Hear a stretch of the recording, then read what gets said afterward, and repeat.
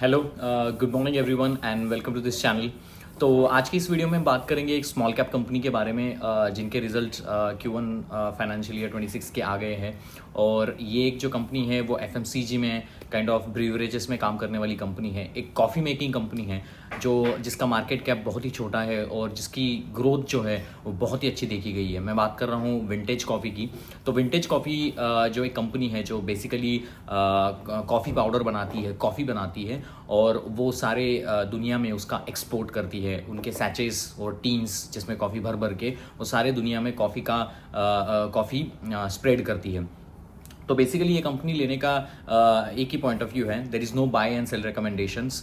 You can consult your financial advisor before entering any position on these kind of stock. Because ये जो small cap companies होती है जिनकी सिर्फ PPT आती है, उनका कोई कॉन कॉल नहीं होता है, तो अमाउंट लिमिटेड इन्फॉर्मेशन हमारे पास होती है, तो जिसके बेसिस के ऊपर थोड़ा सा इन्वेस्ट करना थोड़ा सा रिस्की भी हो जाता है। Because we have very limited information about the companies plan and everything.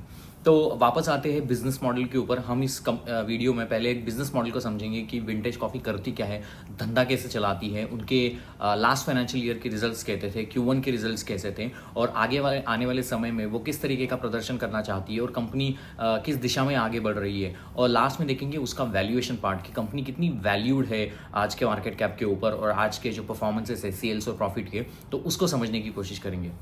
तो विंटेज कॉफ़ी जैसे उसके नाम पे ही है, तो बेसिकली इंडिया में उनके मैन्युफैक्चरिंग यूनिट है।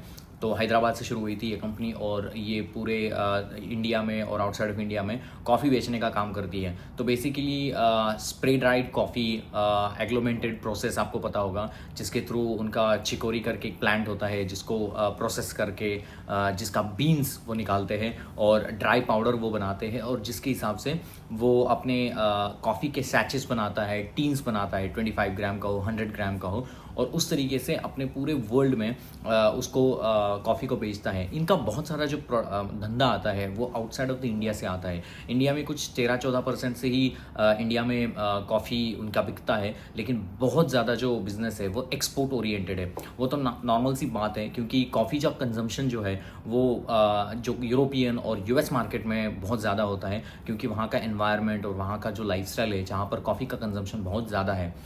पूरे वर्ल्ड की आप बात करोगे तो पानी के बाद सबसे ज़्यादा कंजम्पशन किसी ब्रीवरेजेस का होता है तो वो कॉफ़ी का होता है। हर दिन में 2.25 बिलियन के कॉफ़ी कप्स जो है वो कंज्यूम किए जाते हैं। और आप इससे समझ जाओगे और पूरे वर्ल्ड में कॉफ़ी का मार्केट अगर आप देखोगे आज तो $112 बिलियन का है, जो आगे जाके $139 बिलियन US का बन जाएगा।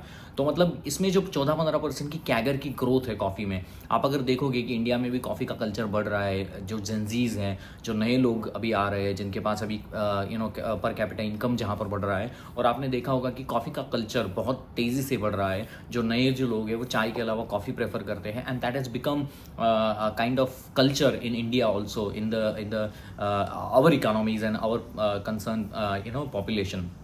तो कॉफ़ी तो एक तो मानना पड़ेगा कि ऐसा एक कंज्यूमेबल पार्ट है कि मतलब वो तो आएगा ही आएगा। और पूरे दुनिया में अगर हम चीप कॉफ़ी और अच्छे क्वालिटी का कॉफ़ी अगर बेचने का काम करेंगे तो यहाँ पर बहुत तगड़ा स्कोप है, क्योंकि कॉफ़ी जो है वो बहुत पी जाती है और वो कंज्यूम की जाती है और वो बार बार होती है। तो इसलिए वहाँ पर सेल्स का जो पॉइंट ऑफ व्यू होता है वो बढ़ने का चांसेस बहुत ज़्यादा होता है। और दूसरी चीज़ कंपनी के मैनेजमेंट के ऊपर आएंगे तो कंपनी के जो बालकृष्ण तट्टी करके उनके जो चेयरमैन हैं, तो वो आए हैं टाटा कॉफ़ी से और टाटा कॉफ़ी को एक ब्रांड बनाने में इन्होंने हेल्प की थी।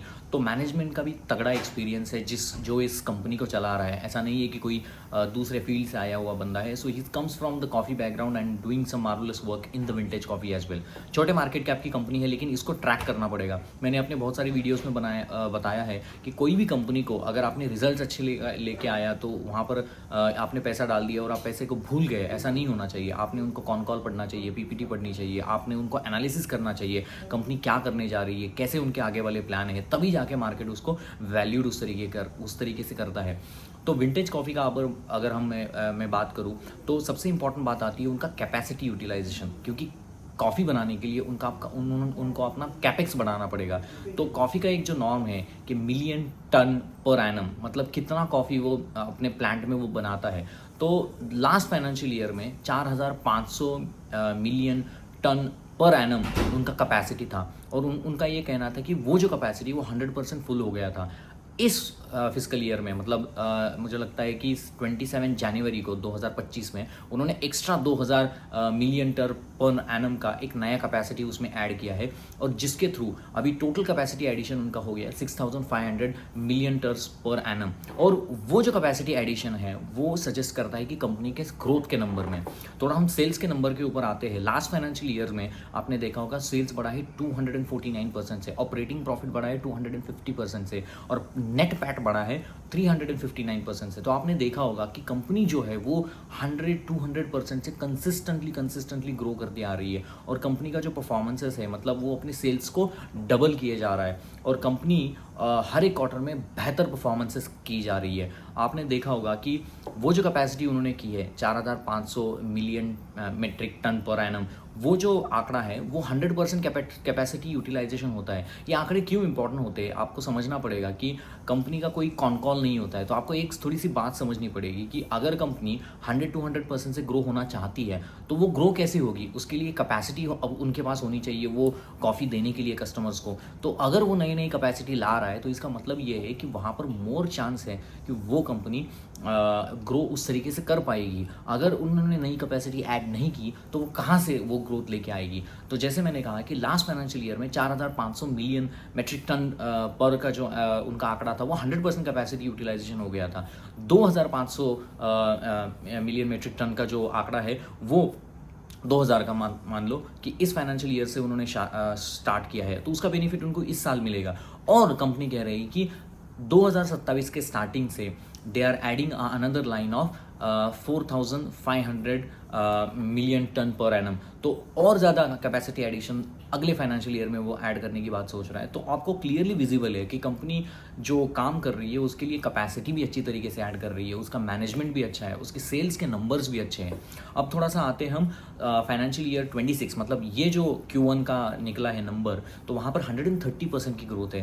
पैट की ग्रोथ आप देखोगे तो लगभग ट्रिपल हुआ है पैट, ईबिटा तो डबल हुआ है। तो मतलब पैट ट्रिपल हुआ है, ईबिटा डबल हुआ है। तो मतलब कंपनी जो है वो मोटा मोटी 130% का सेल्स का इंजन है। और लास्ट Q4 का नंबर देखोगे वहाँ पर भी कुछ 130 ऑड परसेंटेज से उन्होंने ग्रो किया था। तो ये सजेस्ट करता है कि कंपनी एक 100% प्लस से ग्रो करने वाली इंजन है, जहाँ पर उनको ऑपरेटिंग लिवरेज भी मिल रहा है, क्योंकि बहुत ज़्यादा ऑपरेशनल इफिशिएंसी इस बिजनेस में लाना बहुत आसान होता है। जहाँ पर आपका सेल्स का नंबर बढ़ा वो पैट में रिफ्लेक्टेड होता है। अगर पैट का नंबर बढ़ जाएगा तो आपको EPS की ग्रोथ आ जाएगी, आपको EPS की ग्रोथ आ जाएगी, तो एज ए शेयर होल्डर हम पैसा बनाएंगे। इसलिए आपने देखा होगा स्टॉक 79 से 150 हो गया है। उसका रीज़न ही वही था कि कंपनी जहाँ से वो आइडेंटिफाई करना शुरू हो गई थी कि 100% से ग्रो हो रही है, कंसिस्टेंट बेसिस पे ग्रो हो रही है, तो मार्केट का पार्टिसिपेंट का उसमें झुकाव बहुत ज़्यादा आ जाता है। अगर कंपनी की आज की वैल्यूएशन की बात करें तो 37 का ट्रेलिंग PE है।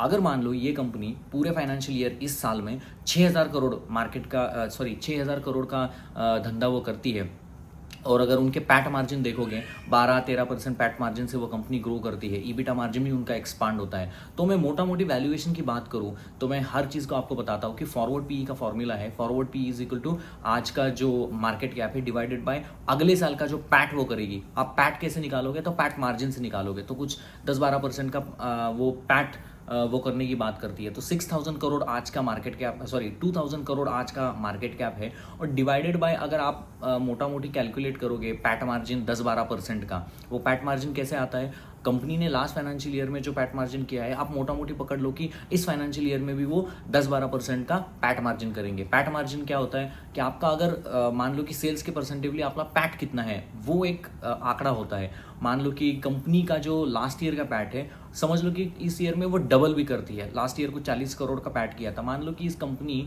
जो है कंजर्वेटिवली मैं पकड़ रहा हूँ नंबर के हिसाब से, पैट डबल करती है तो 80 करोड़ का पैट कुछ आता है। तो 2000 को अगर आप डिवाइड करते हो 80 से, तो वहाँ जो आपका PE वैल्यूएशन आता है तो वो आपको सजेस्ट करता है कि 2028 के फॉरवर्ड PE के ऊपर ये स्टॉक अवेलेबल है। तो स्टॉक सस्ता है और ग्रोथ भी इंजन भी है। लेकिन only problem in this is कि सब कुछ सही है लेकिन कंपनी कॉल नहीं करती है, तो आपको जो इन्फॉर्मेशन फ्लो है वो बहुत थोड़ा सा कम मिलता है। अगर मान लो कहीं जाके आगे कंपनी के नंबर खराब होते हैं, कंपनी 100% से जगह 60%, 15% से ग्रो करने शुरू हो जाती है, तो स्टॉक में बहुत बुरी तरह से पिटाई आ गई है, पिटाई हो जाएगी। क्योंकि आज जो पार्टिसिपेंट है, मार्केट पार्टिसिपेंट है, वो उसमें पैसे लगा रहा है, वो इसी हिसाब से लगा रहा है कि ये कंपनी जो है 2027 में कुछ अपना जो सेल्स है वो 6,000 करोड़, 9,000 करोड़, 10,000 करोड़ करेगी और वहाँ से बहुत ज़्यादा पैट कंपनी में आएगा, ये कंसीडर करते हुए लोग उसमें घुस जाते हैं। लेकिन वो अगर एग्जीक्यूशन नहीं कर पाई और वो अगर सेल्स के नंबर कम हो गए, पैट के नंबर कम हो गए, तो ये जो लोग वहाँ से एक उम्मीद लगा के उस स्टॉक में गए थे, तो वहाँ से वो निकलना चालू करते हैं। क्योंकि स्टॉक मार्केट में हमेशा ग्रोथ जहाँ पर है वहाँ पर पैसा फ्लो होता है। अगर ग्रोथ में कोई प्रॉब्लम आ गई तो मार्केट कोलैप्स हो जाता है। आपने बहुत सारे ऐसे स्टॉक में देखा होगा कि जहाँ पर expectation of the result was so high but it has not resulted in to the desired result, तो मार्केट नीचे की तरफ गया है। तो विंटेज कॉफ़ी का जो है, दूसरी चीज़ विंटेज कॉफ़ी की सबसे अच्छी बात है कि वो अफ्रीकन कंट्रीज़ में अपने प्रीमियम ब्रांड को लॉन्च किया है, जहाँ से उनको मार्जिन बहुत अच्छा मिल रहा है। CIS कंट्रीज़, ये जो Russia, Bulgaria, all that region में उन्होंने नया अपने लॉन्च किया और 12th मंथ में बहुत अच्छा सेल वहाँ से वो कर रही है। और दूसरी चीज़ है, कंपनी दुनिया का सबसे बड़ा कंज्यूमर ऑफ द कॉफ़ी है वो US। तो US में एंटर करने जा रही है। न्यूजीलैंड और ऑस्ट्रेलिया, USA, न्यूजीलैंड और ऑस्ट्रेलिया, इन 3 कंट्रियों में वो अपना प्रेजेंस बहुत तगड़ा तरीके से बढ़ाना चाहती है। ये तीनों जो कंट्री है जहाँ पर कॉफ़ी कंजम्पशन बहुत ज़्यादा होता है, अगर उनको वहाँ से अच्छा प्रॉफिट, वहाँ से अगर उनको मिलने, उसके सेल्स के नंबर भी अगर उनके बढ़ने शुरू हो जाए, तो I think that's a great deal for this kind of company. Obviously India में डोमेस्टिक कंजम्पशन थोड़ा धीमे से बढ़ेगा, इंडिया थोड़ा सा high summer kind of environment होता है, और इसीलिए उनको उम्मीद है कि ये जो US में जो वो एंटर कर रहे हैं वहाँ से बहुत अच्छा तगड़ा सेल्स आएगा। अगर ये कंपनी कॉल करती तो I would can get you more updates, but there is not much to do. One thing is there, consistently company 100% से ग्रो कर रही है। कंपनी का जो वैल्यूएशन है वो भी थोड़ा सा सस्ता लग रहा है। दूसरी चीज़, कंपनी कैपेसिटी एडिशन कर रही है। चौथी चीज़, कंपनी का मैनेजमेंट बहुत अच्छी तरीके से कर रही है। चौथी चीज़, पांचवी चीज़ कि उनका एबिटा मार्जिन एक्सपांड हो रहा है, वो प्रीमियम सेगमेंट में वो जा रहे हैं। और दूसरी चीज़, अभी वो कंपनी क्या कर रही है, वो विंटेज कॉफ़ी का अपना कॉफ़ी शॉप भी लगा रही है, जहाँ से लोग आए, वहाँ पर बुक्स पढ़े, अपने कॉफ़ी को एक्सपीरियंस करे। तो वो रेस्टोरेंट बिजनेस में भी थोड़ा जा रहे हैं, लेकिन उसका परसेंटेज कम है। The major business of this company is sell this sachet of the coffee powder to the world. तो उससे क्या होता है कि आपका FMCG में वो का एक्सपोजर चला जाता है। तो ब्रांड बिल्डिंग के लिए वो अपने मुंबई में उन्होंने एक विंटेज कॉफ़ी का अपना शॉप खोला है, जहाँ पर लोग आके वहाँ कॉफ़ी पी सकते हैं, एक्सपीरियंस कर सकते हैं। तो वो चीज़ों को भी वो ऐड कर रहे हैं। तो ये सारी चीज़ों को देखते हुए और जो कैपेसिटी एडिशन कर रहा है 2027 में, तो कंपनी जानती है कि सेल्स ग्रोथ करने के लिए मुझे कैपेसिटी एडिशन करना पड़ेगा, वो भी 2027 से अच्छी तरीके से बिल्ड कर रही है। So in all of the circumstances the company looks excitingly well, but the important part is, as an investor, you need to invest with a small amount, or like, I'm not saying like you should go and invest, but I'm saying like you can look into the investment, but you have to track the execution of the companies. That's become more important, because company में आपने invest किया और बाद में जाके कुछ problem हो गया और आपने कंपनी में पैसा नहीं निकाला, then it will be stuck in this kind of companies, because market में यूफोरिया ज़्यादा है, इंफॉर्मेशन फ्लो ज़्यादा है, ट्विटर, सोशल मीडिया, हर कोई अच्छी कंपनी देखते हैं वहाँ से कूद जाता है। But the problem of getting attacked or getting trapped is more. तो होपफुली आपको ये वीडियो पसंद आया हो। अगर आपको ये वीडियो पसंद आया तो प्लीज़ लाइक कीजिए, शेयर कीजिए और सब्सक्राइब कीजिए, और मिलते हैं नेक्स्ट वीडियो में। I will try to cover as many of the companies on 26 this one. I was away for some of the days, so I couldn't able to do that. So let's continue this earning session and giving you the good value updates. So please like, share and subscribe. मिलते हैं next video में। Thank you very much.